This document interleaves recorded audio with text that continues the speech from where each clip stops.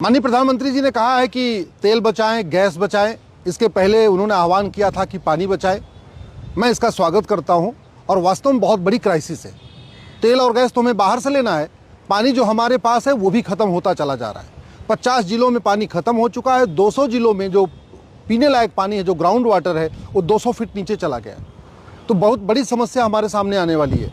लेकिन पानी बचाने और तेल बचाने से ज़्यादा अच्छा है कि भारत में जनसंख्या बचाएं। सबसे बड़ी जो समस्या है वो है जनसंख्या विस्फोट। जमीन हमारे पास मात्र दुनिया की 2% है और जनसंख्या हमारी दुनिया की 20% हो चुकी है। पानी हमारे पास दुनिया का मात्र 4% है, जनसंख्या हमारी दुनिया की 20% हो चुकी है। आज की डेट में अगर आप समस्याओं की एनालिसिस करिए, समस्याओं की वाई एनालिसिस करिए, रूट काज एनालिसिस करिए, तो पता चलेगा 50% समस्याओं का मूल कारण जनसंख्या विस्फोट है। जल जंगल जमीन की समस्या मूल कारण जनसंख्या विस्फोट है। रोटी कपड़ा मकान की समस्या मूल कारण जनसंख्या विस्फोट है। गरीबी भूखमरी कुपोषण की समस्या मूल कारण जनसंख्या विस्फोट है। चोरी लूट झपटमारी मूल कारण जनसंख्या विस्फोट है।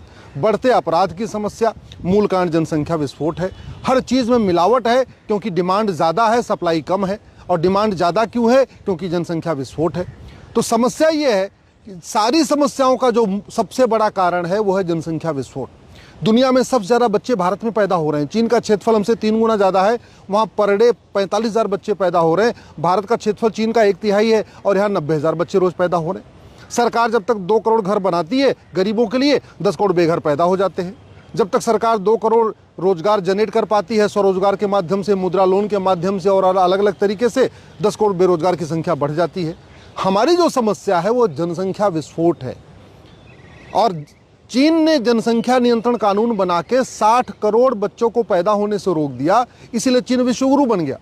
चीन के विश्वगुरु बनने का 2 ही कारण है। पहला, उसने भ्रष्टाचारियों की 100% प्रॉपर्टी जब्त करने, नागरिकता खत्म करने और फांसी देने के लिए कानून बनाया। और दूसरा, उसने हम दो हमारे दो लागू किया। जब उससे भी बात नहीं बनी, फिर हम दो हमारे एक लागू किया और बाद में लगा कि नहीं, अब मामला डिसबैलेंस हो रहा है, फिर दोबारा हम दो हमारे दो लागू कर दिया। तो भारत में जो आवश्यकता है वो चीन के 2 कानूनों को लागू करने की है। अगर हम चीन की तरीके विश्व महाशक्ति बनना चाहते हैं, हम चीन की तरीके विश्वगुरु बनना चाहते हैं, अगर हम परम वैभव का लक्ष्य प्राप्त करना चाहते हैं, तो हमें तत्काल चीन से 2 कानून लेना पड़ेगा। भ्रष्टाचारियों को फांसी देने वाला कानून, और जो हम दो हमारे दो ना माने उसकी नागरिकता खत्म, उसकी प्रॉपर्टी जब्त और उसको कम से कम 10 से 20 साल की सजा। कुछ लोगों को लगता है कि अगर जनसंख्या नियंत्रण कानून बन जाएगा तो लोग नहीं मानेंगे। मैं कह रहा हूं गारंटी के साथ मानेंगे, 100% मानेंगे, लेकिन कानून घटिया होगा तो नहीं मानेंगे। जनसंख्या नियंत्रण कानून तभी सफल होगा जब इसमें हम दो